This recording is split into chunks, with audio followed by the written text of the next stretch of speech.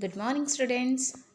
तो देखो, आज हम लोग एक नया चैप्टर पढ़ेंगे। जैसा कि तुम लोग देख पा रहे हो, यह है यमराज की दिशा।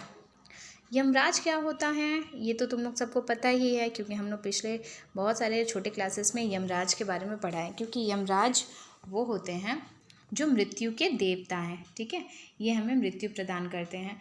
मरने के बाद सारी आत्माएं इनके यहाँ जाती हैं, ये सबका हिसाब किताब करते हैं। कर्मों के आधार पर ये सबको स्वर्ग और नर्क देते हैं। क्योंकि ये हमने पिछले क्लास में सीखा था, है ना। जो चैप्टर भोलाराम का जीव हम पढ़ रहे थे, ये उसमें था। तो चलो, ये तो हुआ यमराज। अब यमराज की दिशा। यमराज की दिशा मतलब यमराज किस दिशा में रहते हैं और क्या है, इसी के बारे में ये पूरा कविता है। इसे लिखे हैं चंद्रकांत देवताले जी ने। ठीक है, तो चलो हम लोग अब स्टार्ट करते हैं ये कहानी, ये कविता। माँ की ईश्वर से मुलाकात हुई या नहीं, ये कहना मुश्किल है। मतलब कवि कह रहे हैं कि उनको नहीं पता कि माँ की ईश्वर से मुलाकात होती थी या नहीं। ये उनके लिए कहना मुश्किल है, क्योंकि वो भी श्योर नहीं है। पर वह जताती थी जैसे ईश्वर से उसकी बातचीत होती रहती है। लेकिन वो हमेशा ये जताती थी कि उनका बात हमेशा ईश्वर से होता है और उससे प्राप्त सलाहों के अनुसार ज़िंदगी जीने और दुख बर्दाश्त करने का रास्ता खोज लेती है।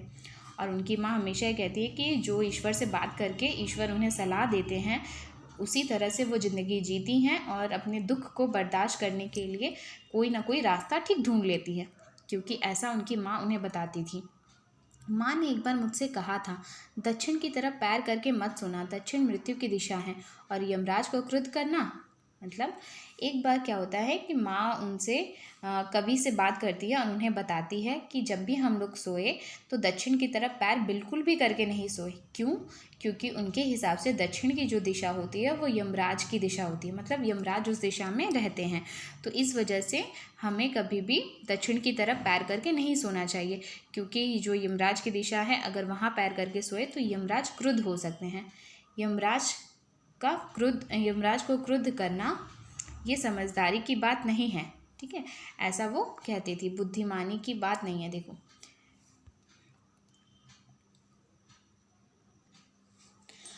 यमराज को क्रुद्ध करना बुद्धिमानी की बात नहीं।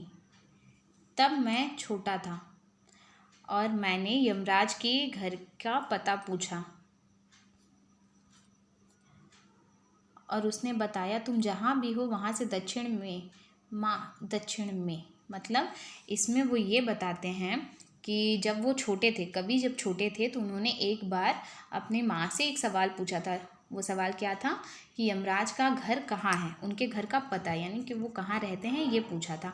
तो माँ ने उन्हें समझाया था कि तुम जहाँ भी होगे वहाँ से जो दक्षिण की दिशा होगी वही उनका घर है। ठीक है, माँ की समझाइश के बाद दक्षिण दिशा में पैर करके मैं कभी नहीं सोया और इससे इतना फ़ायदा ज़रूर हुआ, दक्षिण दिशा पहचानने में मुझे कभी मुश्किल का सामना नहीं करना पड़ा। मतलब जब माँ ने उन्हें समझाया तो एक तरह से ये माँ की सीख थी और वो हमेशा अपनी माँ की बात मानते थे, तो उन्होंने कभी भी उसके बाद दक्षिण की तरफ पैर करके नहीं सोए। तो जिससे एक फ़ायदा उनको बहुत हुआ कि वो हमेशा, उनको दक्षिण दिशा को पहचानने में कभी मुश्किल नहीं होता था, क्योंकि वो बचपन से ही वो चीज़ सीख कर आए हैं और दक्षिण दिशा की तरफ पैर करके नहीं सोना है, ये उनके मन में डाल दिया गया था उनकी माँ की तरफ से। इसलिए वो कभी भी कहीं भी जाते थे तो दक्षिणी जो दिशा है वो हमेशा वो पहचान जाते थे, क्योंकि ये पहचानने का तरीका भी वो अपनी माँ से सीखे थे। मैं दक्षिण में दूर दूर तक गया और मुझे हमेशा माँ याद आई। दक्षिण को लांघ लेना संभव नहीं था, जो होता छोर तक पहुँच पाना तो यमराज का घर देख लेता। मतलब वो दक्षिण की तरफ, मतलब पूरा पश्चिम उत्तर दक्षिण जो 4 दिशाएं हैं, वो दक्षिण की दिशा की तरफ बहुत दूर यात्रा किए। मतलब बहुत दूर तक वो गए और हमेशा उन्हें उनकी माँ की याद आती थी। जब भी बात दक्षिण दिशा की होती थी या दक्षिण दिशा की तरफ वो कभी जाते थे तो हमेशा उनकी माँ की याद आती थी और उनकी सारी बातें वे याद करते थे। और एक बात था कि दक्षिण को लांघ लेना संभव नहीं था। ऑफ कोर्स, क्योंकि ये जो पृथ्वी है वो बहुत बड़ी है और उसे अगर हम लोग 4 भागों में, 4 दिशाओं में जब देखते हैं तो दक्षिण की जो दिशा है या पूरब की दिशा है, उत्तर की दिशा, किसी भी तरफ पैदल चल पाना, चलकर उसे पूरा पार कर लेना ये मुश्किल नहीं है, क्योंकि वो बहुत दूर तक फैला है। इसीलिए यहाँ पे बोला जा रहा है कि होता छोर तक पहुँच पाना तो यमराज का घर देख लेता। मतलब जैसा कि उनकी माँ ने उन्हें बताया था कि यमराज की दिया का जो घर है वो दक्षिण दिशा की तरफ में है, तो इसी वजह से वो बोल रहे कि अगर उनको उसका छोर पता होता, मतलब उसका किनारा पता होता, जैसे समुद्र का कोई किनारा इस पार में खड़े रहो तो उस पार में नहीं दिखता है, बस जब जाते जाओ, चलते जाओ, जाते जाओ तो फिर लगता है कि सामने है, लेकिन वो चलते जाओ, उसका कोई किनारा नज़र नहीं आता है जल्दी। तो उसी तरह से इन्हें भी वही है कि जितना भी दूर जाओ वो उन्हें किनारा नहीं समझ में आता, क्योंकि अगर किनारा मिल जाता तो उन्हें यमराज का घर भी मिल जाता। पर आज जिधर भी पैर करके सो वही दक्षिण दिशा हो जाती है। सभी दिशाओं में यमराज के आलीशान महल है और वे सभी एक साथ अपनी दहकती आंखों सहित विराजते हैं। ये कविता का जो अंतिम लाइन है, यानी कि ये पैराग्राफ, ये बहुत ही इम्पॉर्टेंट है, जो इस कविता का मेन भाग है। ठीक है, इसे अच्छे से समझो। यहाँ पे बोले पर आज जिधर भी पैर करके सो वही दक्षिण दिशा हो जाती है। मतलब कवि बोलते हैं कि पहले जब उनकी माँ उन्हें बताई थी कि दक्षिण ही दिशा यमराज की दिशा है, पर आज वो कहीं भी पैर करके सोते हैं तो वही दक्षिण दिशा बन जाती है। पहले सिर्फ सभी दिशाओं में यमराज के आलीशान महल है और वे सभी एक साथ अपनी दहकती आंखों सहित विराजते हैं। माँ अब नहीं है और यमराज की दिशा भी अब वह नहीं रही जो माँ जानती थी। मतलब वो कहते हैं कि उनकी माँ तो अब नहीं रही है, लेकिन उनकी माँ जो सीख उन्हें बताई थी उनके हिसाब से, मतलब उनकी माँ के हिसाब से जो यमराज की दिशा थी वो धर्म के आधार पे थी, जो केवल एक ही दिशा में रहते थे और वहीं पे पैर करके सोना उनका घर भी निश्चित था, उनका दिशा भी निश्चित था। लेकिन आज का जो समाज है उसमें अन्याय इतने ज़्यादा फैल गए हैं कि जहाँ भी देखो भ्रष्टाचार, दुष्टता, बुरे लोग, जितना भी बुराई है समाज में वो चारों ओर फैली हुई है, उसका कोई एक निश्चित दिशा नहीं है। इसीलिए यहाँ पे ये बोला जा रहा है कि सभी दिशाएं यमराज की दिशा हो गई है। यमराज एक तरह से वो थोड़ा क्रूर होते हैं, मृत्यु प्रदान करने वाले हैं। तो ये होता है, पहले माँ जो कहती थी वो उनका धर्म के आधार पर वो कहती थी, लेकिन आज जो समाज में कुरीति पूरा फैला हुआ है उसी के हिसाब से कवि बताते हैं कि यमराज की जो घर है, यमराज के आलीशान महल, वो अब सिर्फ दक्षिण दिशा में नहीं रह गए हैं, वो अब चारों दिशाओं में फैल चुके हैं।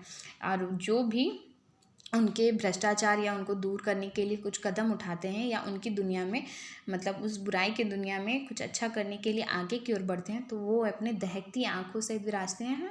और वो मतलब बोलता है कि अगर वो लोग उसे दूर करने की कोशिश भी करते हैं या उनके दुनिया में थोड़ा सा हलचल मचाने की कोशिश करते हैं, दखल अंदाजी करते हैं, तो वो उन्हें अपनी दहकती आंखों से भस्म कर देते हैं, ऐसा कवि कहते हैं। और ये सही है, आज के समाज की सच्चाई भी यही है कि हर दिशा, हर जगह पे भ्रष्टाचार फैला हुआ है।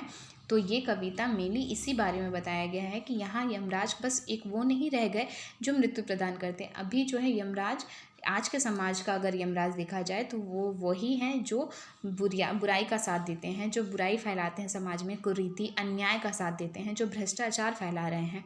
ठीक है, तो यहाँ पे कवि का इस पैराग्राफ में जो बताने की कोशिश की गई है वो यही है कि समाज में बुराई जो फैलाया हुआ है वही यमराज है और आज उनका कोई भी यमराज का एक निश्चित दिशा नहीं है।